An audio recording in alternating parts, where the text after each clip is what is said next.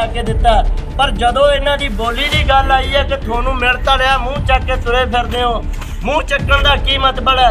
थोड़े किन्नी वारी आपां मरे पैनल मीटिंगां कीतियां पंजाब भवन च, मिनी सैकटरीएट च, सिविल सैकटरीएट दे।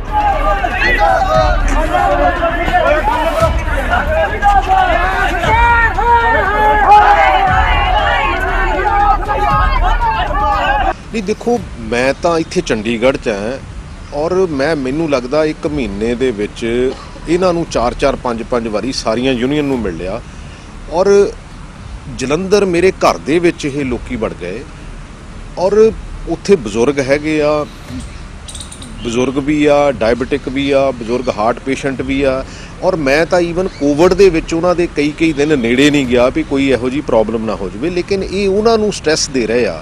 अच्छा 18 घंटे मैं काम कर रहा और बदकिस्मती ये आ भी जे 18 घंटे काम करन तो बाद भी इदां दे हालात पैदा होने आ भी जे मैनू लगदा मैं सारियां नूं 5-5 6-6 वारी मिल लिया और ये बड़ा अनकॉल्ड फॉर आ। ये कोई ये किहड़े समाज की गल ये करनगे जां किहड़े समाज नूं किधर नूं लैके जाणगे ये लोग जिहड़े आ। और मैं तो इस गल लई क्योंकि मैनू ये आ कि यार जे बजुर्गां नूं कुछ हो गया तो then who will be responsible for this. कि जिस तरीके नाल अंदर दाखल होया पिछे तुसीं फेलियर किदां मानदे हो? सिस्टम दा पुलिस दा फेलियर हैगा क्योंकि जेकर प्रोटेस्ट कर रहे सीगे नहीं मैनू तो लगदा ये ऑर्गेनाइज्ड सिस्टम आ, ये कोई साजिश होनी आ जां तां क्योंकि हो सकदा पुलिस दा फेलियर भी होवे इहदे विच, लेकिन अनफॉर्चुनेट लिया जे तुसीं मैं कहना ऑफिशियल उहदे ते आ जाओ तुसीं। अच्छा जे किसी ने डिस्कस करना डिस्कस कर लवे, मैं तो इन्हों 5-5 6-6 वारी मिल हटिया, पर जे मैं भी उत्थे नहीं हैगा, अच्छा प्राइवेट घर है, बजुर्ग है, अच्छा इंसानियत भी तो किते तो इंसानियत खड़दी है ना, किते तो इंसानियत होनी चाहिए है। कितनी देर भाजी अंदर उत्थे रहे ने और की नहीं हजे भी मैनू तो लगता क्योंकि मैनू तो बजुर्गों का फोन आया अजी भी मेरा ख्याल उत्थे ही आ और मेरा ख्याल है भी पिछले 2-3 घंटे दे घरे बड़े है।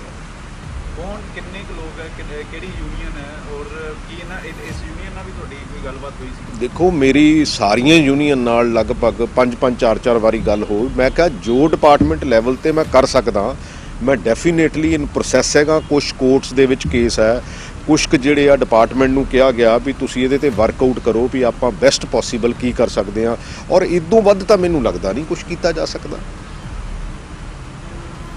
पुलिस ऑफिसर जो है वहाँ पर जलंधर में उनसे बातचीत हुई, कोई आपको किसी तरीके से बाहर निकालने का प्रयास करे या जो लॉ एंड ऑर्डर है लगता नहीं वो तो पुलिस ने देखना है बेसिकली। अगर मिनिस्टर के घर के अंदर ही कोई चले जाएगा ऐसे जो लोग हैं तो अल्टीमेटली ये पुलिस का फेलियर तो है ही।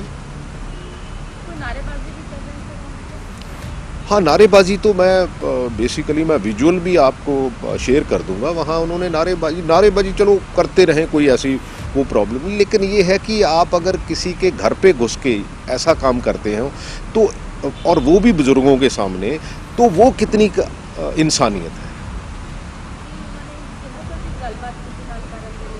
मैनू तो नहीं पता क्योंकि मैनू तो सिर्फ बजुर्गों का फोन आया क्योंकि अल्टीमेटली ओल्ड एज हैगे आ, सो मैं इस गल तो डरदा हैगा कि कोई इहो जी गल ना होवे।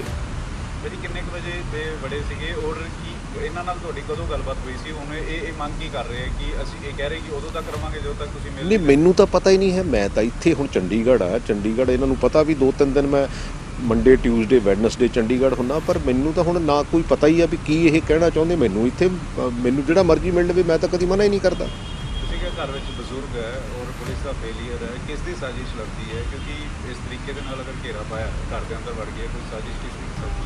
नहीं मैं तो हुण इहदी ते तां नैचुरली पुलिस कमेंट कर सकती, मैं तो कमेंट नहीं कर सकता। तुहाडी पुलिस नाल कोई गलबात हुई है कि इन्हां नूं घरों बाहर किते अलग तो जगह दित्ती जावे जां कुछ? नहीं बट वैसे भी उत्थे तां मेरी जिहड़ी जलंधर का घर आ वो लोकैलिटी दे विच आ, उत्थे कोई सरकारी जगह नहीं है, मतलब आले दुआले लोग तंग हैगे आ और मैं काम कर रहा, लेकिन अनफॉर्चुनेट है इहो जी सिचुएशन नहीं बननी चाहिए। यूनियन का नहीं पता चल सकिया कि मेरा ख्याल कोई बेरोजगार टीचर यूनीयन मैनू दस्सिया हैगा भी जां PTI बेरोजगार टीचर यूनीयन हैगी आ और मैं सारी मैनू लगदा उहदे ते असीं होमवर्क कर रहे हैं। हुण भी मैं एजुकेशन ਸੈਕਟਰੀ ਐਂਡ ਉਹਨਾਂ ਨਾਲ ਹੀ ਮੀਟਿੰਗ ਕਰਨ ਜਾ ਰਹੇ ਹਾਂ ਵੀ ਆਪਾਂ ਜੋ ਕਰਨ ਵਾਲਾ ਹੈਗਾ ਉਹ ਕਿੱਥੇ ਕੁ ਪਹੁੰਚਾ, ਉਹਦੀ ਕੀ ਆਪਾਂ ਕਰ ਸਕਦੇ ਹਾਂ, ਰੈਮੇਡੀ ਕੀ ਲੈ ਸਕਦੇ ਹਾਂ ਤਾਂ ਕਿ ਉਹਨੂੰ ਸੌਟ ਆਊਟ ਕੀਤਾ ਜਾਵੇ। ਸੰਵਿਧਾਨ ਦੇ ਜਿਹੜੇ ਫੰਡਾਮੈਂਟਲ ਰਾਈਟਸ ਨੇ ਉਹ ਵੀ ਸਾਨੂੰ ਕਿਸੇ ਹੱਦ ਤੱਕ ਆਪਣੀ ਗੱਲ ਰੱਖਣ ਦੀ ਇਜਾਜ਼ਤ ਦਿੰਦੇ ਆ। ਕੀ ਤੁਸੀਂ ਇਹਨਾਂ ਦੇ ਖਿਲਾਫ ਕੋਈ ਲੀਗਲ ਐਕਸ਼ਨ ਲੈਣ ਜਾਓਗੇ?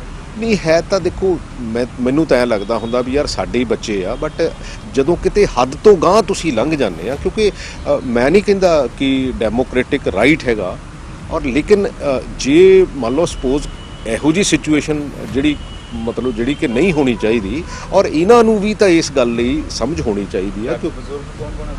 ਮੇਰੇ ਮਦਰ ਫਾਦਰ ਹੈਗੇ ਆ, ਫਾਦਰ ਹਾਰਟ ਪੇਸ਼ੈਂਟ ਹੈ ਔਰ ਮਦਰ ਅਕਿਊਟ ਡਾਇਬਟਿਕ ਹੈ। ਸੋ ਮੈਨੂੰ ਤਾਂ ਉਹਨਾਂ ਦਾ, ਕਿਉਂਕਿ ਅੱਗੇ ਵੀ ਇੱਕ ਦਿਨ ਹੋਇਆ, ਅੱਗੇ ਤਾਂ ਚਲੋ ਘਰ ਦੇ ਬਾਹਰ ਤੱਕ ਹੀ ਆਏ ਸੀ, ਬਟ ਅੱਜ ਤਾਂ ਘਰ ਦੇ ਅੰਦਰ ਹੀ ਚਲੇ ਗਏ। ਸਰ, ਇਸ ਤੋਂ ਇਲਾਵਾ ਪਰਾਲੀ ਦਾ ਮੁੱਦਾ ਵਾ, ਪਰਾਲੀ ਦੇ ਮੁੱਦੇ ਨੂੰ ਲੈ ਕੇ ਲਗਾਤਾਰ ਸੁਪਰੀਮ ਕੋਰਟ ਦੀ ਸੁਣਵਾਈ ਜਾਰੀ ਹੈ। ਕੇਂਦਰ ਸਰਕਾਰ ਨੇ ਹਲਫਨਾਮਾ ਦਿੱਤਾ ਕਿ 4% ਦੀ ਪਰਾਲੀ ਦੀ ਵਜ੍ਹਾ ਕਰਕੇ ਪ੍ਰਦੂਸ਼ਣ ਦਿੱਲੀ 'ਚ ਹੋ ਰਿਹਾ। ਦਿੱਲੀ ਹਮੇਸ਼ਾ ਪੰਜਾਬ ਅਤੇ ਹਰਿਆਣਾ ਦੇ ਕਿਸਾਨਾਂ ਦੇ ਉੱਤੇ ਮੜਦੀ ਆਈ ਹੈ ਕਿ ਉਸ ਦੀ ਵਜ੍ਹਾ ਕਰਕੇ ਅੱਜ ਪੰਜਾਬ ਸਰਕਾਰ ਨੂੰ ਵੀ ਪੁੱਛਿਆ ਗਿਆ ਸੀਗਾ ਕਿ ਪੰਜਾਬ ਸਰਕਾਰ ਨੇ ਕਿਸਾਨ ਪਰਾਲੀ ਨਾ ਸਾੜਨ ਕੀ ਕੁਛ ਕਰ ਨਹੀਂ, ਦੇਖੋ ਜਿੱਥੇ ਅਸੀਂ ਉਹਨਾਂ ਨੂੰ ਜਿਹੜੇ ਕੈਂਪਸ ਵਗੈਰਾ ਸਾਡਾ ਐਗਰੀਕਲਚਰ ਡਿਪਾਰਟਮੈਂਟ ਲਾਉਂਦਾ, ਉੱਥੇ ਸਟ੍ਰਿਕਟਲੀ ਅਸੀਂ ਪਰਚੇ ਵਗੈਰਾ ਵੀ ਦਰਜ ਕਰਵਾਏ ਹੈਗੇ ਆ, ਬਟ ਅਗੇਨ ਫਿਰ ਕਿਸਾਨ ਦੀ ਜਿਹੜੀ ਕਿੰਨੀ ਕੁ ਉਹਦੀ ਅਰਨਿੰਗ ਹੈ ਉਹਦੇ 'ਤੇ ਵੀ ਕਿਤੇ ਨਾ ਕਿਤੇ ਡਿਪੈਂਡ ਕਰਦਾ। ਮੈਂ ਇਹ ਨਹੀਂ ਕਹਿੰਦਾ ਕਿ ਕੁਛ ਕਿੱਦਾਂ ਦੀਆਂ ਘਟਨਾਵਾਂ ਹੋ ਜਾਂਦੀਆਂ, ਪਰ ਜਿਹੜਾ ਪੋਲਿਊਸ਼ਨ ਵਾਲਾ ਗੱਲ ਹੈ, ਕਿਉਂਕਿ ਦਿੱਲੀ ਜੇ ਬੇਸਿਕਲੀ ਕੇਂਦਰ ਸਰਕਾਰ ਨੇ ਆਪਣਾ ਐਨਾਲਾਈਜ਼ ਵੀ ਕੀਤਾ ਹੈਗਾ ਵੀ 4% ਹੀ ਆ, ਇਹਦਾ ਮਤਲਬ ਬਾਕੀ 96% ਤਾਂ ਹੋਰ ਪੈਰਾਮੀਟਰ ਸਾਨੂੰ, ਕਿਉਂਕਿ ਸਿਰਫ ਦਿੱਲੀ ਸਰਕਾਰ ਜੇ ਪੰਜਾਬ ਤੇ ਜਾਂ ਹਰਿਆਣੇ ਤੇ ਸਿਰਫ ਤੋਪ ਹੀ ਦਿੰਦੀ ਆ, ਮੈਨੂੰ ਲੱਗਦਾ ਇਹ ਵੀ ਕੋਈ ਗੱਲ ਠੀਕ ਨਹੀਂ ਹੈ। ਔਰ ਇਹਦੇ ਤੇ ਦਿੱਲੀ ਸਰਕਾਰ ਨੂੰ ਆਪਣੇ ਜਿਹੜੇ ਪੈਰਾਮੀਟਰਸ ਆ ਉਹਨੂੰ ਠੀਕ ਕਰਨ ਦੀ ਜ਼ਰੂਰਤ ਹੈ ਤਾਂ ਕਿ ਜਿਹੜਾ ਪੋਲਿਊਸ਼ਨ ਆ ਉੱਥੇ ਘੱਟ ਹੋ ਜਾਵੇ।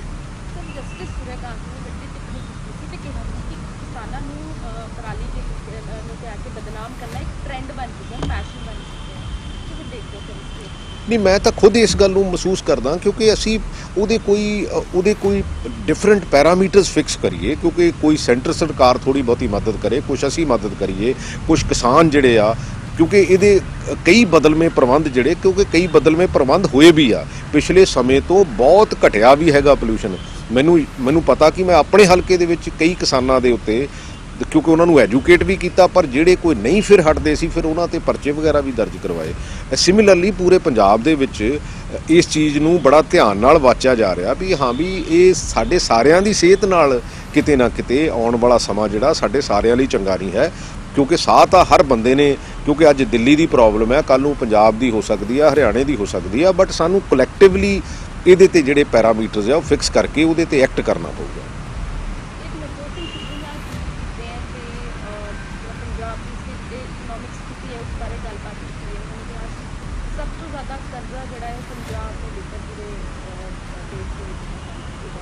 ਨਹੀਂ, ਕਰਜ਼ਾ ਹੈਗਾ, ਇਹਦੇ 'ਚ ਕੋਈ ਦੋਰਾਮਾ ਨਹੀਂ, ਕਿਉਂਕਿ ਮੈਂ ਤਾਂ ਖੁਦ ਕਦੀ ਨਹੀਂ ਇਸ ਗੱਲ ਨੂੰ, ਕਿਉਂਕਿ ਸਾਨੂੰ ਜਿਹੜੇ ਰੈਵਨਿਊ ਜਨਰੇਟ ਕਰਨ ਲਈ, ਰੈਵਨਿਊ ਵਧਾਉਣ ਲਈ ਸਾਨੂੰ ਜਿਹੜੇ ਸਾਰੇ ਪੈਰਾਮੀਟਰਸ ਆ, ਚਾਹੇ ਕਾਰਪੋਰੇਸ਼ਨ ਆ ਲੀਕਰ ਦੀ, ਚਾਹੇ ਮਾਈਨਿੰਗ ਦੀ, ਚਾਹੇ ਹੋਰ ਜਿਹੜੇ, ਕਿਉਂਕਿ ਕਰਪਸ਼ਨ ਵਾਲਾ ਐਂਗਲ ਆ, ਇਹ ਸਾਨੂੰ ਸਾਰੇ ਪੈਰਾਮੀਟਰ ਜਿਹੜੇ ਉਹ ਟਾਈਟ ਕਰਨੇ ਪੈਣਗੇ।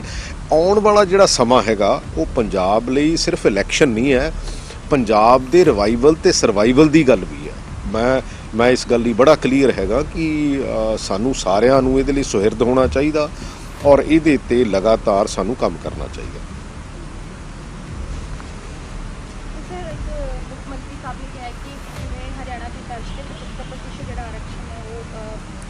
ਅਸੀਂ ਉਹਦੇ 'ਤੇ ਡਿਸਕਸ਼ਨ 2-3 ਵਾਰੀ ਹੋ ਚੁੱਕੀ ਆ।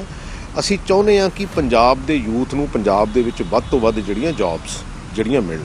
ਸੋ ਅਲੱਗ-ਅਲੱਗ ਉਹਦੇ 'ਤੇ ਵਿਊ ਪੁਆਇੰਟ ਸੀਗੇ। ਮੈਨੂੰ ਲੱਗਦਾ ਕੱਲ੍ਹ ਵਾਲੀ ਜਿਹੜੀ ਸਾਡੀ ਕੈਬਨਿਟ ਆ ਉਹਦੇ ਵਿੱਚ ਵੀ ਡਿਸਕਸ਼ਨ ਹੋਊਗੀ, ਕਿਉਂਕਿ ਕਈ ਚੀਜ਼ਾਂ ਇਹੋ ਜਿਹੀਆਂ ਜਿਹੜੀਆਂ ਅਸੀਂ ਲਿਆਉਣੀਆਂ ਚਾਹੁੰਦੇ ਤਾਂ ਕਿ ਉਹ ਪੰਜਾਬ ਦੇ ਨੌਜਵਾਨਾਂ ਨੂੰ ਵੱਧ ਤੋਂ ਵੱਧ ਜਿਹੜਾ ਜੌਬਸ ਦੇ ਵਿੱਚ ਜਿਹੜਾ ਫਾਇਦਾ ਹੋ ਸਕੇ। ਅਕਾਲੀ ਬਸਪਾ ਦੇ ਜਿਹੜੇ ਗੱਠਜੋੜ ਤੇ ਵੀ ਅੱਜ ਮੁੱਖ ਮੰਤਰੀ ਨੇ ਤੰਜ ਕੱਸਿਆ ਔਰ ਇਹ ਕਿਹਾ ਕਿ ਅਕਾਲੀ ਦਲ ਸਿਰਫ ਮਜਬੂਰੀ ਹੈ, ਗਰੀਬਾਂ ਨਾਲ ਪਿਆਰ ਨਹੀਂ ਕਰਦੀ। ਦੇਖੋ, ਮੈਂ ਤਾਂ ਬਹੁਤਾ ਕਮੈਂਟ ਨਹੀਂ ਕਰਨਾ ਚਾਹੁੰਦਾ, ਕਿਉਂਕਿ ਇਸ ਕਰਕੇ ਨਹੀਂ ਕਰਨਾ ਚਾਹੁੰਦਾ, ਅੱਜ ਸੋਸ਼ਲ ਮੀਡੀਆ, ਇਲੈਕਟ੍ਰੋਨਿਕ ਮੀਡੀਆ 'ਤੇ ਹਰ ਚੀਜ਼ ਅਵੇਲੇਬਲ ਹੈ।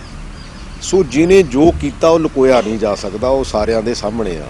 ਸੋ ਅਕਾਲੀ ਦਲ ਨੇ ਜੋ ਪਿਛਲੇ ਸਮੇਂ 'ਚ ਕੀਤਾ ਉਹ ਮੈਨੂੰ ਲੱਗਦਾ ਕਿ ਉਹ ਪੋਲੀਟੀਕਲ ਮਜਬੂਰੀ ਦੇ ਤਹਿਤ ਹੀ ਜਿਹੜਾ ਬੀਐਸਪੀ ਦੇ ਨਾਲ ਹੈ। ਔਰ ਕਿਉਂਕਿ ਅਕਾਲੀ ਦਲ ਦਾ ਆਪਣਾ ਕੈਡਰ ਬੜਾ ਸਟਰੋਂਗ ਕੈਡਰ ਸੀ, ਪਰ ਅਨਫੋਰਚੂਨੇਟਲੀ ਇੱਕ ਪਰਿਵਾਰ ਦੀ ਇਹ ਫੀਫਡਮ ਬਣ ਕੇ ਰਹਿ ਗਿਆ, ਜਿਹਦੇ ਕਰਕੇ ਕਿਉਂਕਿ ਇਹ ਨਹੀਂ ਹੋ ਸਕਦਾ ਵੀ ਇਹ 100 ਸਾਲ ਪੁਰਾਣੀ ਪਾਰਟੀ ਜਿਹੜੀ ਆ ਉਹ ਸਿਰਫ ਇੱਕ ਪਰਿਵਾਰ 'ਚ ਸਿਮਟ ਕੇ ਰਹਿ ਜਾਵੇ। ਮੈਨੂੰ ਲੱਗਦਾ ਕਿ ਇਹਦਾ ਘੇਰਾ ਵਧਾਉਣਾ ਚਾਹੀਦਾ, ਸਾਨੂੰ ਓਪਨ ਕਰਨਾ ਚਾਹੀਦਾ, ਤਾਂ ਕਿ ਦੇਖੋ ਪੋਲੀਟੀਕਲ ਸਿਸਟਮ ਦੇ ਵਿੱਚ ਪੋਲੀਟੀਕਲ ਪਾਰਟੀਆਂ ਜਿਹੜੀਆਂ ਉਹ ਉਸ ਦਾਇਰੇ ਦੇ ਵਿੱਚ ਰਹਿ ਕੇ ਹੀ ਕੰਮ ਕਰਦੀਆਂ, ਪਰ ਜਦੋਂ ਲੋਕ ਇਹ ਮਹਿਸੂਸ ਕਰਨ ਲੱਗ ਪੈਂਦੇ ਆ ਵੀ ਇਹ ਸਿਰਫ ਇੱਕ ਪ੍ਰਾਈਵੇਟ ਲਿਮਟਿਡ ਕੰਪਨੀ ਬਣ ਗਈ ਆ, ਤਾਂ ਫਿਰ ਲੋਕੀ ਬਹੁਤਾ ਉਹਦੇ 'ਤੇ ਵਿਸ਼ਵਾਸ ਨਹੀਂ ਕਰਦੇ।